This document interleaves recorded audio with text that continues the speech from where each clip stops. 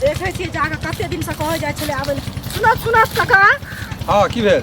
हिनका खोजै छलियन बुझलखिन। कथी ले कोन जरूरी भल हमरा से? देखथुन जरूरी हिनका से कुछ नहीं हमरा भेल है। हिनका से सामान दै छियन हम मांगे ले हमरा काम हैत। हम ही कह रहल छियन जे काकी मतलब हिनकर कन्या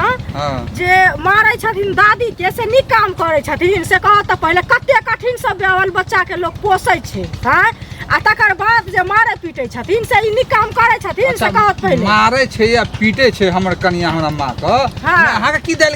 गलैया से पहले बोलू। देखुन दाल केना नै गलते सर समाज में जे गलती करथिन त लोग के दाल नै गलते काका नीक बात कहै छियन इ हमरा समझौता दिन हमरा समझा रहल छियन हमरा जहां कहबै से पहले अहाँ अपन टेटर निहारू की टेटर देखल की ना हमर से कहू अहो एनाते दुख दै छियै साउस के हमरो पता है ई बात हम नहीं दुख दै छियै हम साउस के नहायला पानी भर दै छियै एक टाइम खाइ ला दै छियै हमरा उहन देला चलौ ना फिर झूठ नहीं बाजल कर सकै छियन बुझलखिन हम सब नहीं बाजै छी देख के हम सब चल दै छियै अच्छा उहन दै छी ना हम केना देबै गलती करथिन समाज के गंदा करथिन त लोग कहतन ना से हम समाज गंदा नहीं करै छी किछ करे हमर परिवार अपना लेल कर रहल छै बुझलियै अहाँ लेल नहीं जा हमरा लेल केना हमरा लेल कर आ ई करै छथिन काल देखै छथिन हिनकर बेटा पुतौ हिनको हेतन करतन हमरो हेत हमरो करत ऐसा हाथ चमका के हमरा कहले की जाइ छी से ने पहले बोलू हम किछ कर छोड़ा की मतलब है चमका के कहवा नहीं फेर मुंह संभाल के बोले हम अपना हम नहीं थे कर रखबो की मतलब है नहीं थे कर रखब एहन यहां नहीं कर रख के दुनिया मारो बस झूठ बोला जैसा